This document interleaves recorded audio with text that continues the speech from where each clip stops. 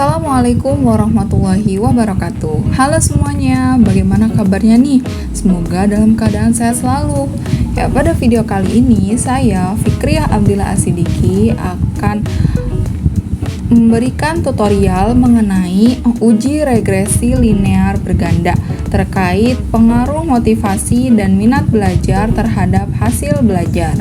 Nah, di sini saya sudah mendapatkan data mengenai setiap variabel yang diperlukan. Nah, di sini data ini kita masukkan ke aplikasi SPSS-nya. Nah, di bagian data view kita masukkan datanya, dan ya pada X1 itu merupakan motivasi belajar, dan X2 itu merupakan minat belajar, dan Y itu adalah hasil belajar. Nah, untuk tahap pertama kita klik menu Analyze, kemudian kita klik juga Regression, kemudian kita pilih option linear. Di sini pada variabel Y atau hasil belajar itu kita masukkan ke dalam kolom dependent. Kemudian variabel X1 kita masukkan ke kolom independent, dan variabel X2 juga kita masukkan ke dalam kolom independent. Kemudian kita klik OK. Ini merupakan hasil dari penggunaan SPSS-nya. Nah, untuk interpretasinya pada tabel pertama variabel entry itu menjelaskan mengenai variabel yang kita pakai. Nah, variabel yang kita pakai yang pertama X2 itu minat belajar dan motivasi belajar yang merupakan X1. Nah, X2 dan X1 ini merupakan variabel independen. Kemudian yang variabel dependennya itu adalah variabel Y atau hasil belajar. Nah,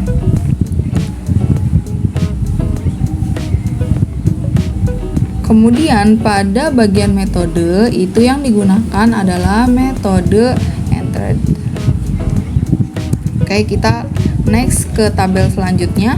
Ini ada tabel model summary. Nah, di sini menjelaskan mengenai uji koefisien determinasi, dan kita dapat mengetahui pula nilai dari R-square yaitu sebesar 0,803. Kemudian itu menjelaskan bahwa sumbangan pengaruh variabel independen terhadap variabel dependen secara simultan itu adalah sebesar 80,3%. Oke, kita next ke tabel selanjutnya. Ini ada tabel ANOVA. Nah, model regresi itu dinyatakan fit jika nilai sig itu kurang dari 0,05. Nah, dari output SPSS itu yang didapat bahwa nilai sig-nya itu adalah 0,000. Nah, dapat diketahui bahwa 0,00 itu kurang dari 0,05. Nah, hal tersebut itu dapat disimpulkan bahwa terdapat pengaruh signifikan antara variabel independen terhadap variabel dependen. Kemudian dari hasil ini itu dapat dinyatakan bahwa model regresi itu sudah fit. Kita next ke tabel selanjutnya atau tabel koefisien.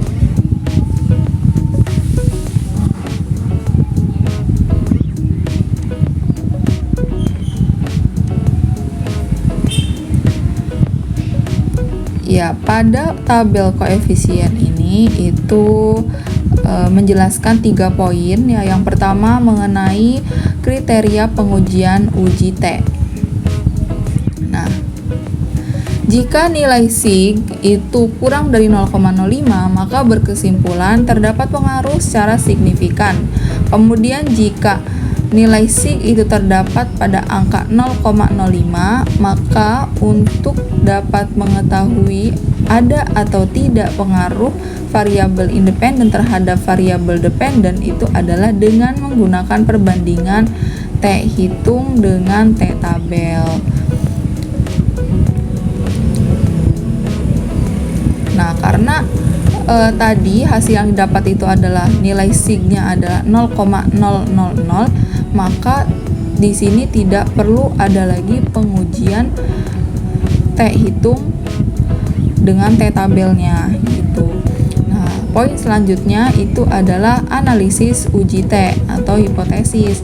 Nah, yang pertama itu ada poin nilai signifikan pada variabel motivasi belajar atau variabel X1 itu adalah 0,395. Nah, 0,395 ini lebih besar dari 0,05.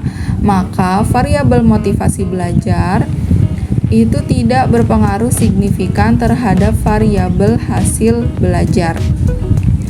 Poin selanjutnya adalah nilai sig pada variabel minat belajar atau variabel X2. Didapat bahwa nilai sig-nya itu adalah 0,006. Nah, dan didapat 0,006 ini itu lebih kecil dari 0,05. Maka variabel minat belajar itu berpengaruh signifikan terhadap variabel hasil belajar.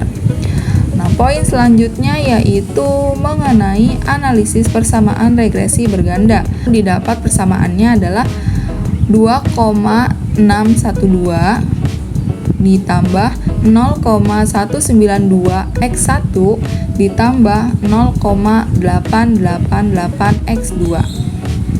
Nah, dari persamaan tersebut dapat diterjemahkan bahwa konstan sebesar 2,612 itu menjelaskan bahwa jika variabel independen bernilai konstan, maka nilai variabel dependen sebesar 2,612. Kemudian koefisien regresi variabel motivasi belajar X1 itu bernilai positif sebesar 0,192, menjelaskan bahwa jika motivasi belajar meningkat, maka variabel hasil belajar juga akan meningkat. Begitupun sebaliknya.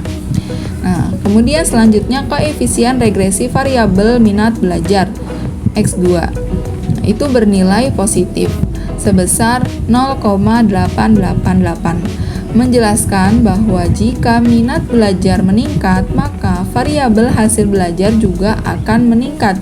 Begitupun sebaliknya. Nah, mungkin sekian pemaparan mengenai tutorial dan interpretasinya. Semoga bermanfaat untuk teman-teman semua. Wassalamualaikum warahmatullahi wabarakatuh.